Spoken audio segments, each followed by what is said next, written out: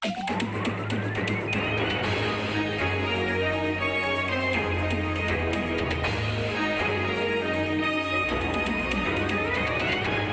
crise en Libye affecte la lutte contre le trafic d'êtres humains. Le président soudanais s'insurge.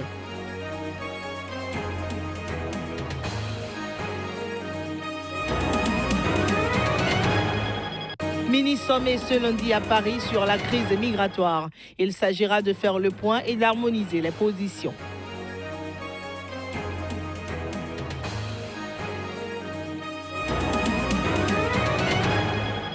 En Colombie, les FARC ont tenu leur congrès dimanche. Des combats armés, ils passent à la lutte politique.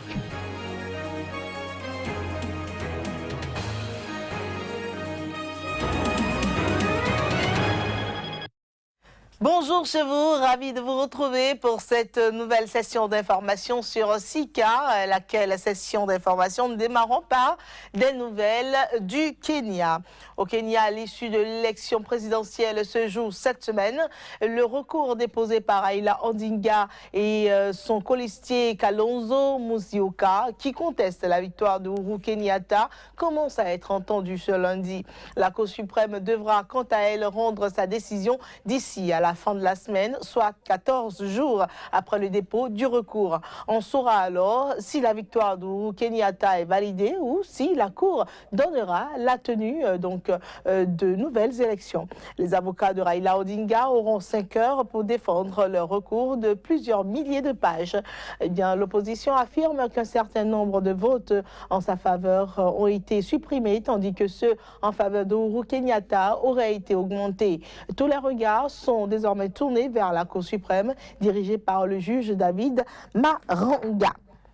En République démocratique du Congo, le nombre des déplacés internes sur le territoire national a quasiment doublé en 6 mois. Et ce, à la suite notamment des violences dans le Kasaï et des conflits entre Pygmées et Bantous dans le sud-est. L'annonce a été faite par le numéro 2 du Haut Commissariat des réfugiés. Suivez. Le nombre de Congolais réfugiés dans leur propre pays en République démocratique du Congo commence par devenir inquiétant. Pour une croissance du nombre des déplacés internes évalué à 2 millions seulement en début d'année 2017, le chiffre est passé à près de 4 millions 6 mois après, soit un total de 3,8 millions de déplacés, déplore le Haut Commissariat des Nations Unies pour les réfugiés, le HCR. Les mobiles du constat alarmant sont connus. Au niveau du centre du pays, les violences dans le Kasaï ont poussé depuis un an 1,4 million de personnes à quitter leur foyer. Elles ont aussi causé la mort de plus de 3000 personnes, dont 2 experts de l'ONU. Au sud-est, dans la province du Tanganyika, des affrontements entre Pygmées et Bantous ont également provoqué des déplacements massifs de population. Ces déplacés sont venus s'ajouter à ceux des conflits dans l'est du pays, les 2 provinces du Kivu en crise depuis 20 ans. Face au constat, la priorité pour le HCR est à la protection dans l'immédiat des déplacés internes qui manqueraient de tout. Habits et nourriture. Pays le plus touché au monde par les déplacements internes, la RDC accueille toutefois des réfugiés d'autres États. Le Rwanda, le Soudan du Sud, la République centrafricaine et le Burundi, des réfugiés estimés à près de 5000 personnes. Et au Burkina Faso, 8 personnes ont été tuées dans l'éboulement d'une mine d'or artisanale. L'accident est survenu dans la nuit du samedi au dimanche dans le centre du pays. Alors que les orpailleurs étaient à l'intérieur de la fosse, cette dernière s'est effondrée sur eux. 5 personnes blessées ont pu être sauvées. Les activités d'orpaillage, il faut le dire, sont interdites au Burkina Faso de juillet à octobre chaque année à cause des pluies qui s'abattent sur le pays et qui provoquent des accidents sur les mines d'or artisanales. Eh bien, les personnes décédées ont été inhumées sur place et les blessés conduits dans un centre de santé pour des soins. Les autorités se sont rendues sur place pour les constats et séance tenante, le maire a rappelé les mesures d'interdiction de toute activité d'orpaillage. En effet, selon un décret ministériel, toutes les activités d'orpaillage sont interdites sur le territoire national durant les mois de juin à octobre. On le disait tantôt. Et là, nous partons du Burkina pour le Sénégal. Des militants par l'abandon du franc CFA se mobilisent à Dakar pour la libération de Kémi Séba.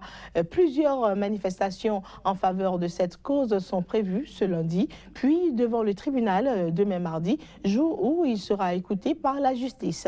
L'activiste franco-béninois Kémi Séba a été arrêté à Dakar le vendredi dernier après une plainte de la BCEAO contre l'homme qui a brûlé un billet de 5 000 francs CFA en public lors d'un rassemblement à Dakar contre cette monnaie.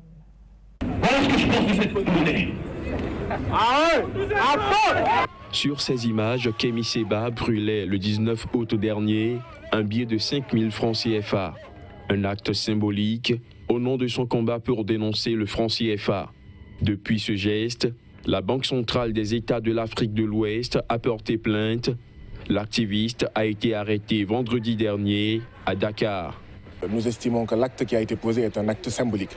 Un acte symbolique que nous comparons à l'acte d'un Mandela brûlant son passeport, à l'acte d'un Mohamed Ali refusant d'aller guerroyer au Vietnam. C'est un acte symbolique pour... Plusieurs fois condamné en France pour racisme et incitation à la haine, l'activiste franco-béninois pose ses valises à Dakar.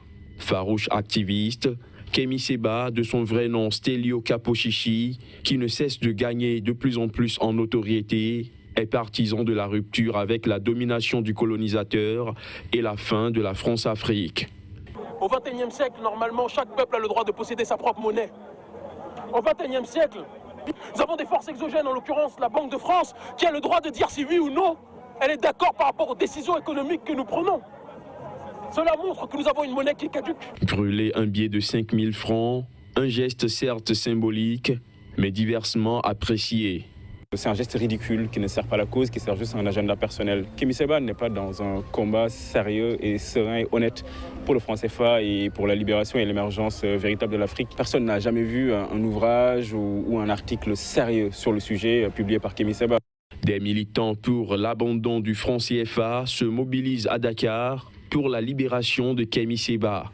Plusieurs manifestations en faveur de cette cause sont prévues ce lundi, puis devant le tribunal mardi, jour où il sera écouté par la justice. Kémi Séba risque 5 à 10 ans de prison, mais au Sénégal comme en France et au Bénin, ses proches appellent les sympathisants afrodescendants à participer à une collecte en ligne pour financer sa défense. Le président soudanais Omar el-Béchir a affirmé dimanche que la crise politique en Libye voisine affectait le Soudan, les trafiquants d'êtres humains utilisant son territoire pour commettre des actes criminels. Des propos tenus lors de la visite de Fayez al-Sarraj, le chef du gouvernement libyen d'Union nationale. Reportage. Omar el-Béchir, qui s'exprimait devant la presse à Khartoum en présence du chef du gouvernement libyen d'Union nationale GNA, Fayez al-Sarraj, a déclaré que l'insécurité en Libye a rendu plus coûteuse pour le Soudan la lutte contre l'immigration clandestine.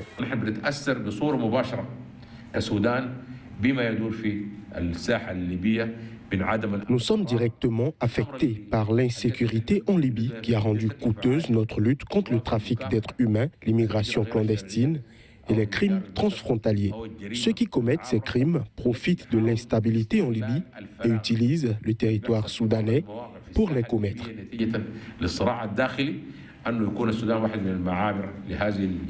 Chaque année, des milliers de migrants originaires des pays de la Corne de l'Afrique entrent en Libye après être passés par le Soudan pour ensuite tenter la périlleuse traversée de la Méditerranée vers l'Europe.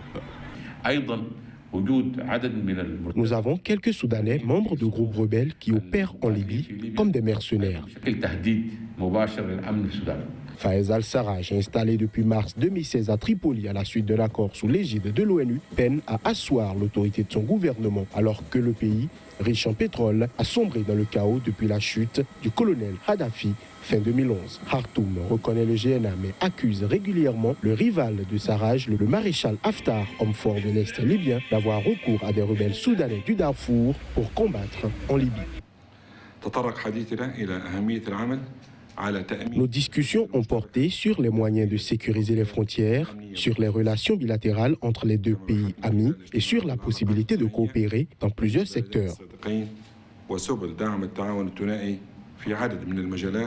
Les deux dirigeants n'ont pas évoqué la fermeture le mois dernier du consulat soudanais à Koufra et l'expulsion de diplomates soudanais basés dans le sud par les autorités proches du maréchal Haftar. Ce lundi à Paris se retrouvent les dirigeants de 7 pays africains et européens pour un mini-sommet sur la crise migratoire. L'objectif est de faire le point et d'harmoniser les positions sur ce dossier souvent source de tensions. La crise migratoire se retrouve une fois de plus au centre d'un sommet à Paris.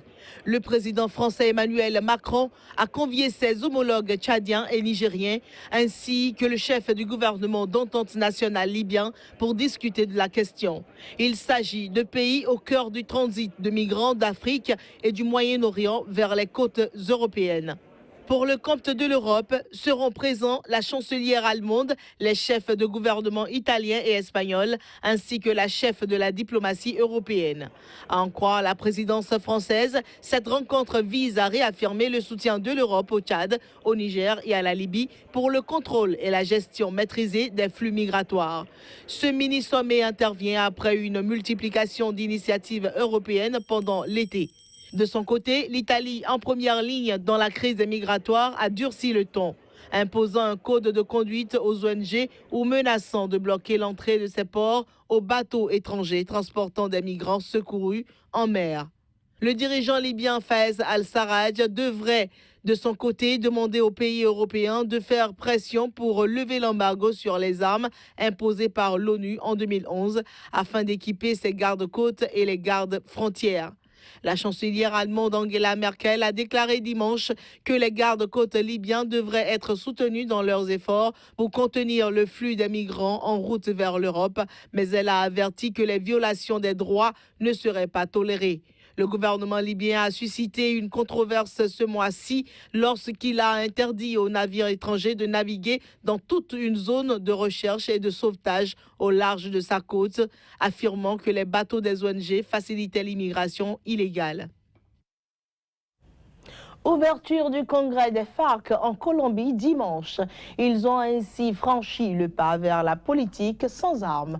Ces assises vont leur permettre de définir la ligne du parti dans lequel doit se convertir la plus ancienne guérilla des Amériques après avoir signé la paix en novembre.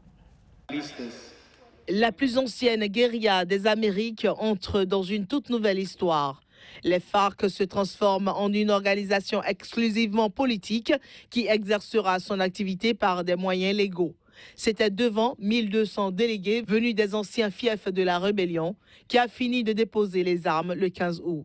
Pendant le congrès, les délégués désigneront 10 représentants au Parlement qui comptent 268 sièges. Nommés pour 2 mandats, ces 5 députés et 5 sénateurs devront symboliquement se présenter aux prochaines élections. L'éventualité d'un candidat présidentiel a été écartée en décembre par Rodrigo Londoño, selon lequel les FARC soutiendront la personne qui garantira le respect de l'accord. La joie de paix. Les FARC, ce glorieux mouvement révolutionnaire armé fondé le 27 mai 1964, se transforme à l'occasion de cet événement en une nouvelle organisation exclusivement politique et qui exercera son action uniquement par des moyens légaux. Nous voulons définir notre parti comme un parti révolutionnaire qui représente à la fois une solution politique aux problèmes quotidiens de la population et contester l'espace public actuel pour y représenter ce désir et des propositions pour progresser dans la transformation structurelle et réserver l'ordre social qui a mis ce pays à la 3e place mondiale en termes d'inégalité. Más desigual del planeta. Un parti politique, c'est une garantie, c'est la paix, c'est une nouvelle forme de politique qui ne ressemblera à rien de ce qui existait avant. C'est une politique progressiste, le genre de politique qui nous fera sortir de la corruption, qu'on pourra considérer comme une vraie politique, comme une vraie démocratie. Mais les FARC vont affronter plusieurs défis. Par exemple, montrer qu'elles sont capables de faire la politique autrement, sans se faire absorber par les pratiques clientélistes, mafieuses, politiciennes traditionnelles. Se tenant la plupart du temps à huis clos jusqu'à jeudi, le Congrès va définir la ligne et le nom du nouveau mouvement de gauche.